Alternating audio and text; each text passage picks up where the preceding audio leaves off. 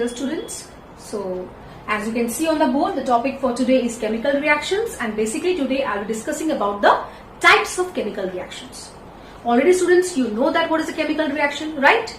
So basically what is a chemical reaction? Let me slightly introduce you once again, or let's do a recap. Chemical reaction is what? A change where a matter is transformed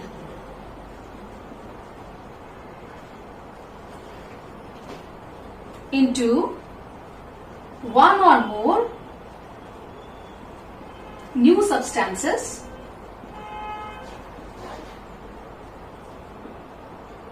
with entirely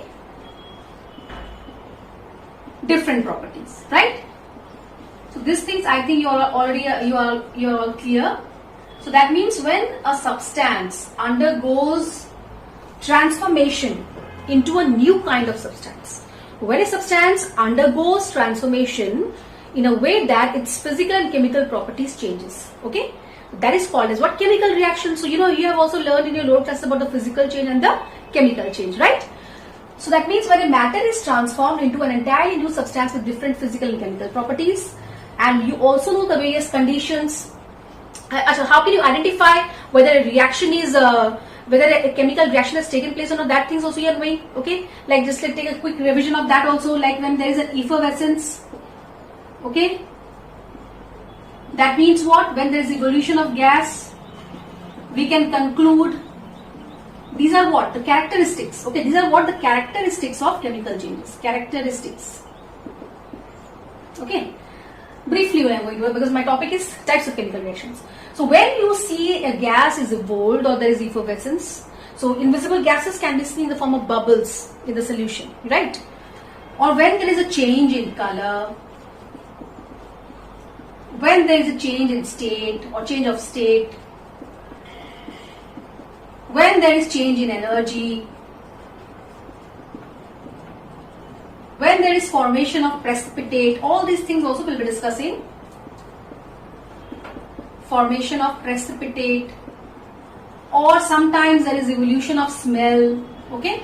So all these things when you notice, okay, then we can conclude that a chemical reaction has taken place, right? So these are the characteristics by which we can conclude that the reaction is a chemical change. That means a chemical change has taken place, and that is called a chemical reaction. Okay, and how do these? What are the conditions? Because chemical reactions don't take place itself, right? So some conditions are also required. So what are the conditions? Let us summarize it briefly. The conditions required for a chemical reaction are energy. External energy has to be provided in the form of heat, light, sound. All these are forms of energy. Electrical, etc. Right? So that means when any external energy is provided in any form, okay, then also chemical reaction then the chemical reaction takes place. Are you all clear with that? Then you have pressure and then catalyst. Okay, so all these are what? Conditions essential for chemical reactions. Pressure is what? We know that the normal atmospheric pressure. What is the normal atmospheric pressure? The normal atmospheric pressure is 1 atmospheres. That is equal to 76 centimeter of mercury, or we can also say it as 76 millimeter of mercury. So that means when you are increasing the pressure, okay, when we are increasing the pressure, that time also chemical reaction can take place. Or when you are providing catalysts are those substances which can enhance the rate of reaction, which can increase or decrease the rate of reaction. So that means there are two types of catalysts. You know that they are what? Negative catalyst and positive catalyst. Negative catalysts are used to reduce the rate of reaction and or to bring down the speed of the reaction, and positive catalysts are used to increase the speed of the reaction.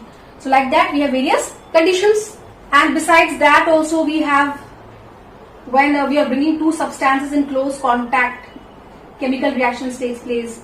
When two substances are mixed in solution form, that time also chemical reaction takes place. Okay students? Besides that, students, you should also know that why does a chemical reaction takes place, right? That means what? How does it take place? That means the chemical reaction depicts what? It depicts the breaking of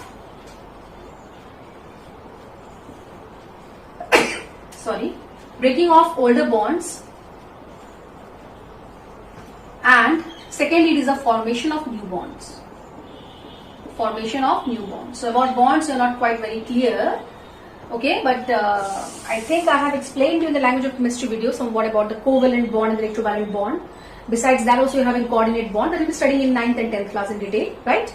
So just for the timing, students, remember bond is what? Chemical bond is what? The force of attraction that holds the atoms together. Now in the chemical reaction, atoms are combining together, right? Atoms are combining together. So that means what? Older bonds are broken. Older bonds are broken and newer bonds are formed. So let's take an example. Hydrogen reacting with chlorine forms what? HCl. Let's balance the equation. It's 2HCl, right? So now students look at this reaction. So what is hydrogen? Hydrogen is what chemically combined with another hydrogen atom. There is a covalent bond between two hydrogen atoms. What about chlorine? Chlorine is also bonded because since a single atom of hydrogen is unstable, a single atom of chlorine is unstable, right? So what happens? They have a covalent bond. That means they share the electrons, so that in the case of hydrogen it attains the stable configuration of helium. In the case of chlorine it attains the stable configuration of argon, right? They share each one pair of electrons. One bond represents that two electrons are being shared, contributed by each atom, right? So now let's not go into it. So now this is the bond. Now what happens? By the external energy which is provided, this bond is broken. Okay, the older bonds are broken, and then the rearrangement of these atoms is taking place. The rearrangement, these atoms rearrange themselves, and this hydrogen goes into covalent bonding with this chlorine, and this hydrogen goes into covalent bonding with this chlorine. So as a result, what is formed? HCl with a bond. So now students, let's come to the different types of chemical reactions and we'll be discussing briefly each one of them, right? So the first type of chemical reaction that we are going to discuss is called as the direct combination, or it is also called as the synthesis reaction, or the other name is also there, that is called as addition. Okay, addition reaction.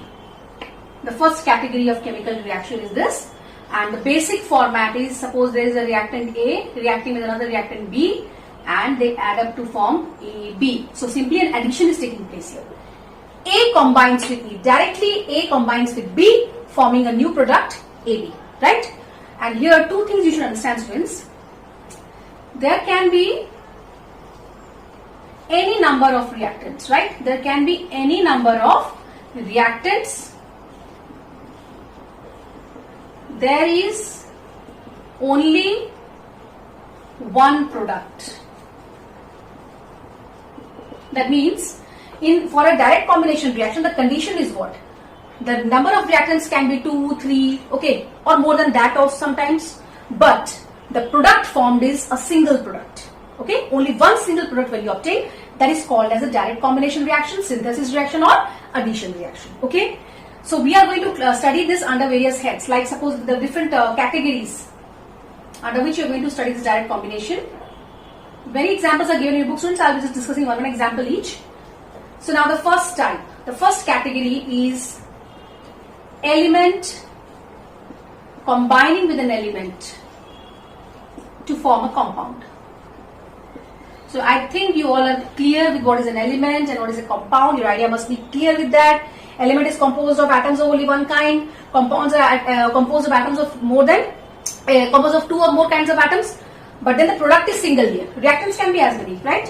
So let us take a simple example on this. Let us take nitrogen plus hydrogen. So both of these are elements. Nitrogen combining with hydrogen to give the gas ammonia, right? So now let us balance the equation. This is called as a skeleton equation. Remember the language of chemistry.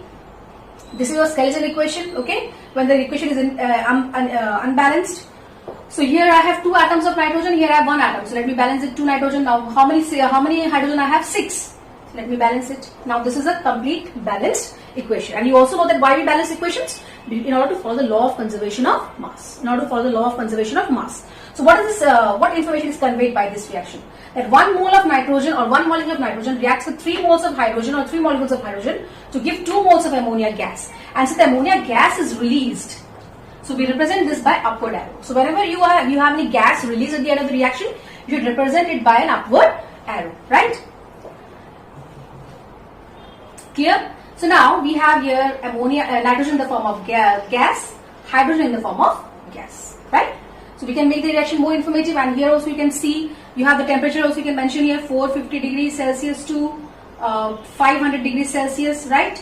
And pressure is 200 to 900 atmospheres, okay, 200 atmospheres to 900 atmospheres, you can just specify it.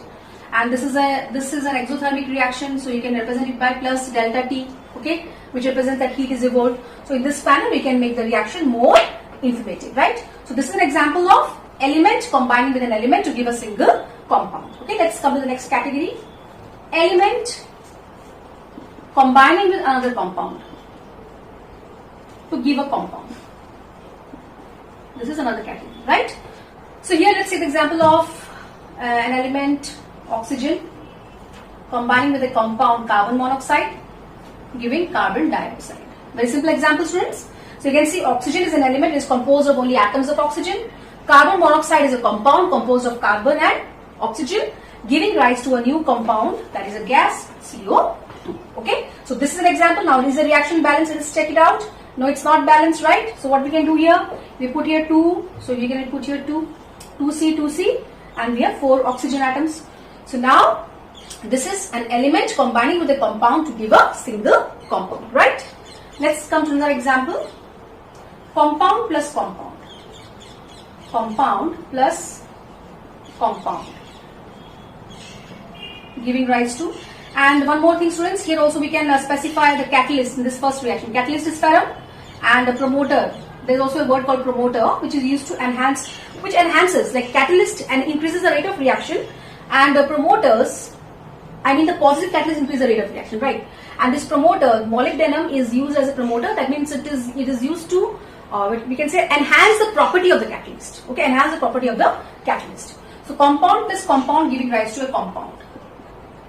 Clear? So what we can write here? So this is also gas. So now compound, let us take an example of compound. Suppose ammonia plus hydrogen chloride.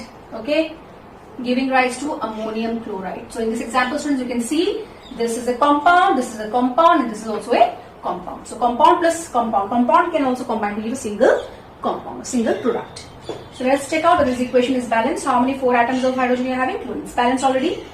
So this is in the form of gas, this is also in the form of gas, and this is what? Solid. Okay. And one more thing, students, this is what? Hydrogen chloride gas. Now you must be thinking that HCl is a formula for hydrochloric acid also, right? HCl is a formula for hydrochloric acid also. But then when you write HCl, okay, and it is a gaseous state, it is called as what? Hydrogen chloride. But when this hydrogen chloride is dissolved in water, it becomes hydrochloric acid. Remember this difference, right? So now, students, I am going to give a schematic presentation of some of the combination reactions that will help you to judge that what type of products will be formed from what type of reactants. Okay, so just have a look at this. Suppose I'm in the first category, I'm writing here metals, and here I'm going to write non-metals. Okay, clear? Now if I react, now you know, I think by now, that what is a metal and what is a non-metal, right? Metals are they form what? Electropositive ions. They usually they lose electrons. They have 1, 2, 3 or valence. They have 1, 2, 3 electrons in their valence shell. Non-metals have 5, 6 or 7 electrons in their valence shell, right? So metals, you have already read in 7th standard about the metals and non-metals, the differences, right? So now suppose you react a metal with oxygen and a non-metal with oxygen, then what basically you obtain? You obtain a metal oxide or metallic oxide. You obtain a metallic oxide, and in this case you obtain a non-metallic oxide. Clear? Metallic oxide is also called as basic oxide. Remember that. Metallic oxide is also called as basic oxide, and non-metallic oxide is also called as acidic oxide. Okay, right? Now suppose if whatever the metallic oxide or basic oxide is formed, if I react it with water, and whatever acidic oxide is formed, if I react it with water, what will be the product? In this case, I will get the product as base, and in this case, I will get the product acid, right? Base is basically what? Metallic hydroxide, right? Base is basically metal, and you know that metallic oxides are also termed as bases. Okay, already I have made you ideas clear about that. And when you add acetic oxide, so now one more thing, students, if needed, I'll make a separate video on the acid-base indicators if I feel there is a need. Okay, one more type of reaction, students, is metal reacting with a non-metal. Okay, metal combining with a non-metal. Okay, giving rise to a salt. Giving rise to what? Salt. Okay. So here basically I have told you about the 4 types of chemical combination reactions. As you can see, a direct combination. These are the examples of direct combination. And this will help you in judging the reactants. By looking at the reactants, you can judge the type of products which is formed. Right? That's why this is very important, students. Let me give an example for each. Let us consider any metal, say sodium. Sodium, potassium, calcium, zinc, all these are metals, right? Let us consider a metal called sodium. So the first case, you are reacting sodium with oxygen. So what is the product formed? It's metallic oxide or basic oxide. So you know what is the formula now? Na and O, the valency of oxygen is 2, the valency of sodium is 1. So obviously the formula will be Na2O, right? Crisscross formula method and all you have done. Clear? So is the equation balanced? No, not balanced. So let us balance the equation now. So suppose if I put a 2 here, so it becomes 4Na and 2 atoms of oxygen, right? So you can go on balancing the equations, okay? They'll make your speed faster. So now suppose you got, so a question is asked, what happens when sodium combines with oxygen? What happens, or identify the product when sodium combines with oxygen. So you can directly say that sodium oxide is formed, which is a basic oxide or metallic oxide. So that way you can judge. If you see the reactants, you can judge the product. Like let us take a non-metal like sulfur. Sulfur reacting with oxygen, forming what? Sulfur dioxide. So this is a metallic oxide or basic oxide, and this is what? Acetic oxide. Now this is acetic oxide. Okay. Now students, let us take the next example. So these two are over. Here, the third one. The third one is this one. This is first, second. Now let's come to the third one. Metallic oxide plus water. Now what is the metallic oxide we have obtained? Na2O. Na2O when combines with water, it forms a base. Obviously it will form what? NaOH, sodium hydroxide. Okay. Yes, so you got to know, suppose you got a question like what will happen when sodium oxide combines with water. So what is the answer? A base called sodium hydroxide is formed, and in this case this is an alkali also, because the soluble bases are also called as what? Alkali, and the sodium hydroxide is a soluble base. Now let's combine the acetic oxide which is formed, SO2. SO2 with water. SO2 with water. So now what is the product formed here? Acid, but in this case what is the acid? Sulfurous acid. It is what? Sulfurous acid. Okay. So that means when a metallic oxide or basic oxide combines with water, you get a base, and when an acetic oxide combines with water, you get an acid. So this will make somewhat your ideas are being clear, I think. I hope. Okay. Now let's come to another example, the fifth one. This is the third one, fourth one is over. Now the fifth one. Metal combining, direct combination with non-metal. Combining with a non-metal. Metal. Let us take a metal called calcium. Combine it with nitrogen, N2. So calcium is a metal, nitrogen is a non-metal. So the product formed is a salt, calcium nitride, Ca3N2. Calcium nitride. You know the valency of calcium is 2, the valency of nitrogen is 3. So what happens when a metal combines with a non-metal? Basically we get a salt. Okay. So now students, I am giving you 2 questions whose answers I want you to post in the comment section, right? So I hope you all will be able to give the correct answers for it. The first question is, what happens when aluminium combines with nitrogen? Second one, sulfur dioxide combines with oxygen to form the product X. Suppose what is the product X formed, and what happens if you add water to this product? Okay, clear? So let us name it Y. So that means you have to tell me what is X, the product, and when you react the product with water, what happens? What is the result? Y, and also the first one. Okay. So now students, let us come to the next type of chemical reaction, that is a decomposition reaction. Okay. Decomposition reaction, we can say it is just the opposite of combination reaction, right? That means here a compound splits up into two or more elements. So here basically in the combination reaction, what was there? The two or more reactants can be two or more, but product will be single. In this case you remember reactant is single. There should be a single reactant. Okay, reactant is single and products can be two or more products. Okay, clear? That means one reactant splitting into two or more constituent elements or compounds. So this can also be studied under three categories. So what are the three categories under which you can study this decomposition reaction? Just the opposite. Okay, here in this case we can write a compound. The first case is a compound breaking to form element. That is two elements, right? So let's take an example for this. Very simple example. Let's take it. Water is a compound. Yes or no? Water is a compound. On decomposition, water decomposes to form its constituent elements. What is constituent elements? H2O plus H2 plus O2, hydrogen plus oxygen gas. Now you can balance the equation, students. So now next example is what? A compound splitting to form a compound plus element or element plus compound, right? Clear? Here we can take the decomposition of potassium nitrate, decomposing to form potassium nitrite, which is a compound, plus oxygen gas is evolved, right? We can write over this. This is what? Electric current.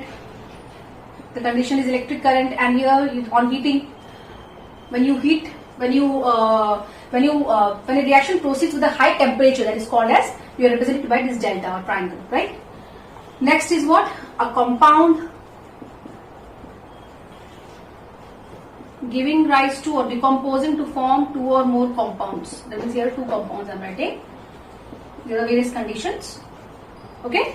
So like we can take the example of calcium carbonate decomposing to form calcium oxide plus carbon dioxide. So it's your work, you will be balancing. It is also on heating only. Okay. So dear students, now I am going to give you a tabular presentation of thermal decomposition. Okay. So what is this thermal decomposition? You know that decomposition is the breaking of a compound into two or more elements or compounds, right? Thermal decomposition is what? When the decomposition reaction takes place by providing heat energy. Okay, then only that is called as thermal decomposition. Okay, so now students, you have to learn the metal activity series starting from potassium. Yes or no? Sorry, it starts from potassium. Let me write the metal activity series here. So the way I am just explaining, just look at it. Okay, K Na Ca Mg Al Zn Fe Pb H. Here up to Cu I will write it. Pb H Cu Hg Ag Au Pt. So this is the metal activity series, which shows that it's here the most reactive metal is potassium and the least reactives are this gold and platinum. In some books, students, PtAu also is given. Okay, so don't get confused. But these are not we are not much concerned about it. These two, because they are highly stable and they don't undergo any type of reaction. Usually they don't. Normally they don't react. I have classified all these metals into four categories. The first one, second one, third one, and fourth one.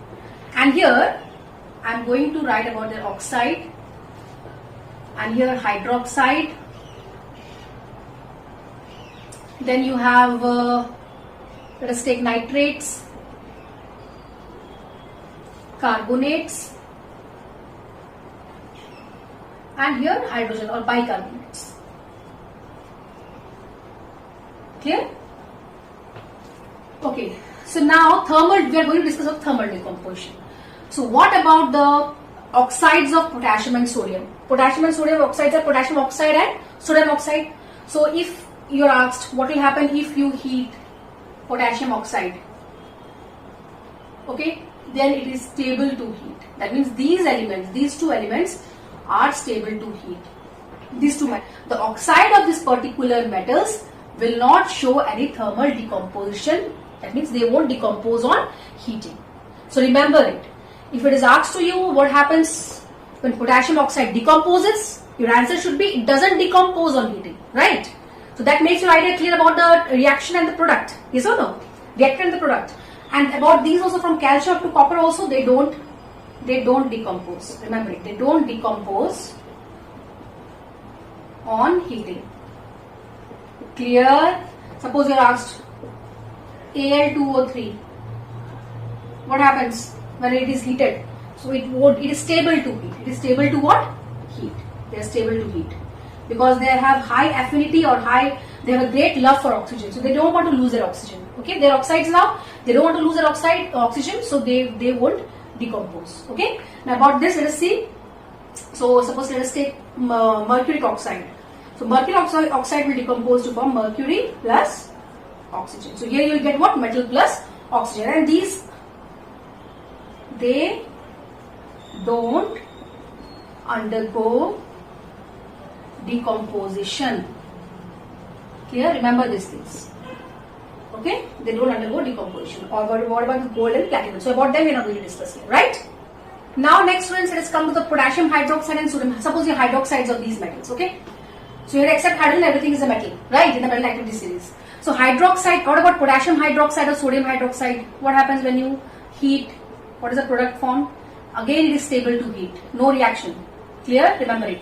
So what happens when sodium hydroxide is heated? Then don't write it is Na plus H2O or something like that. Clear?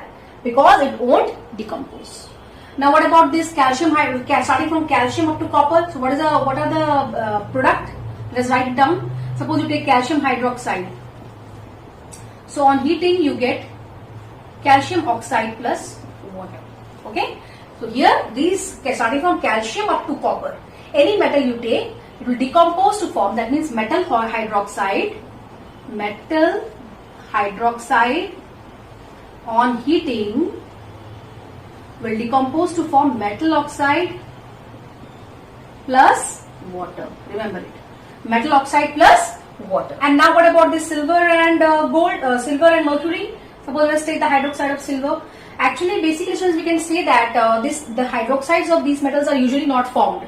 But suppose if your hydroxide of silver, let's take, then what is formed here is metal plus water plus oxygen. Remember it.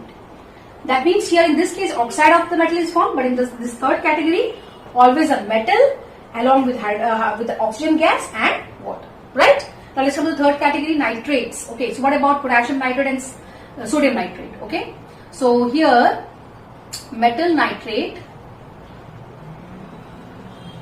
on heating decomposes to form metal nitrite plus oxygen. Okay, like we have done for the reaction KNO3 also in the decomposition reaction we discussed. Let us take NaNO3, sodium nitrate on heating decomposes to form NaNO2 plus O2. You can balance the equation, students. Okay. So now this is what sodium nitrate giving rise to decomposing to form sodium nitrite plus oxygen gas, liberating oxygen gas. What about the elements from calcium up to copper? So let us take the example of suppose magnesium nitrate. So here in this case you can write metal nitrate on heating decomposes to form metal oxide plus nitrogen dioxide. Okay, nitrogen dioxide plus oxygen. So let us write for magnesium nitrate, MgNO3 whole 2 on heating decomposes to form magnesium oxide plus nitrogen dioxide. Now what about this mercury and silver? So let's take silver nitrate, AgNO3. So on heating it will decompose to form metal. In this case, students, always remember there is oxide of the metal formed, and in this case always a metal will be formed, and the rest of the products will be same, NO2 plus O2, right? So what is the equation for that? Always remember, whenever you heat whenever you heat the nitrate of mercury or silver, you will get the metal, nitrogen dioxide gas and oxygen. Okay. Now let's discuss the next category. The carbonate. So carbonate means what? It is CO3 minus 2 minus ions. These are 2 minus radical you are having. So what about this? So here metal carbonate on heating, stable to heat. Again, it is stable to heat. That means don't think that if you heat K2CO3 then it will decompose. No, it won't decompose. It won't decompose to form oxide or potassium oxide plus carbon dioxide gas. Remember it. Okay, it's very, very important, and it will also help you in class 9th basically. Okay, so in detail I'm explaining about decomposition reaction so that you get to know. Okay, you can somehow judge what are the reactants and what can be the possible products, or whether this reaction is possible or not. Right. Now let's come to the next part. Starting from calcium to copper, what about their carbonates? Let us take an example of zinc carbonate. So let me write down metal carbonate. So on heating, so when you heat it, you are getting here. Always I told you here you are going to get a metal oxide. Remember it. Always a metal oxide. And the third category, always you are going to get a metal. Okay. So here metal oxide plus carbon dioxide gas will be involved. Let us take the example of zinc carbonate. So what happens when you heat zinc carbonate? You will get the metal oxide, zinc oxide plus CO2. CO2 gas is liberated, right? So now let us take silver carbonate. Okay.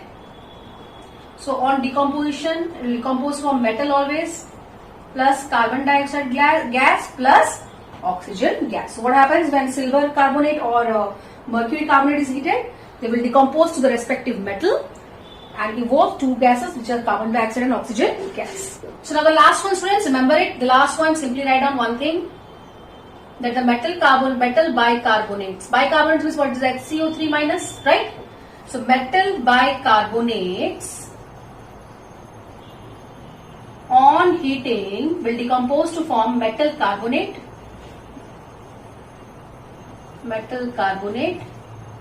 plus H2O plus CO2. That means they will, like, suppose let us take KHCO3, potassium bicarbonate. On heating will decompose to form potassium carbonate plus carbon dioxide gas plus water. Clear? So now students, we are left with some more things as far as the decomposition reaction is concerned, like electrolytic decomposition. Okay, electrolytic decomposition is what? When the decomposition takes place with the help of electricity. When you supply electric current or electricity, okay, that time when the decomposition is taking place, a very common example is the electrolysis of water, or passing electric current through water, through acidulated water, right? We are able to decompose water into its respective elements, that is hydrogen and oxygen. And we have photochemical reaction. Photochemical reaction also. That means what? Photochemical decomposition reaction is what? When the decomposition reaction takes place. Now till now what we were discussing? We were discussing about the thermal decomposition, right? That means decomposition which takes place on heating. But besides that also there are decomposition reactions, okay? So like photochemical reaction is what? Like all the usually silver salts, like you can take mostly the silver salts are okay, they decompose in the presence of light, like AgCl, silver chloride in the presence of light will decompose to form Ag plus Cl2. Clear? Will decompose to form what? It will decompose to silver. That's why it is stored in what? That's why silver chloride or silver salts are stored in what? Brown colored bottles or amber colored bottles, okay, or even the medicine syrup bottles you must have seen, no? Syrup bottles also. Why they are the color of the bottle is brown or amber colored? Because they may dissociate or they may decompose in the presence of light. Clear? So this is what photochemical reaction is, what? The decomposition that takes place in the presence of light. The decomposition that takes place in the presence of electricity is electrolytic decomposition, right? Now there is another thing called thermal dissociation. Thermal dissociation. Okay. So thermal decomposition, I think you understood now. So what is this thermal dissociation? It is a reversible thermal decomposition.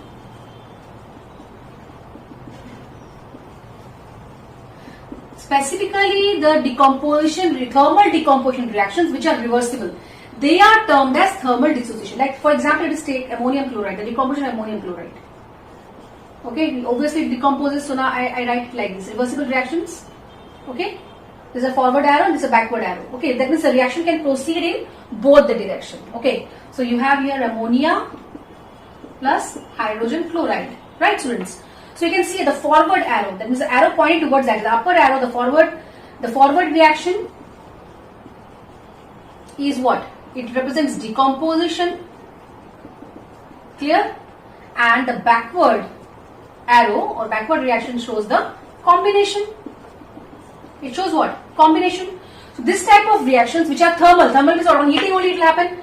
So that means ammonium chloride on heating decomposes to form ammonia plus hydrogen chloride gas. But this reaction is what? Reversible. This reaction is what? Reversible. That means it can proceed in both the direction. So the forward reaction is this decomposition reaction, but the backward reaction is what? Combination reaction. Okay. So just remember this word. Clear, students? So now I'm going to give you 3 or 4 more questions. What happens when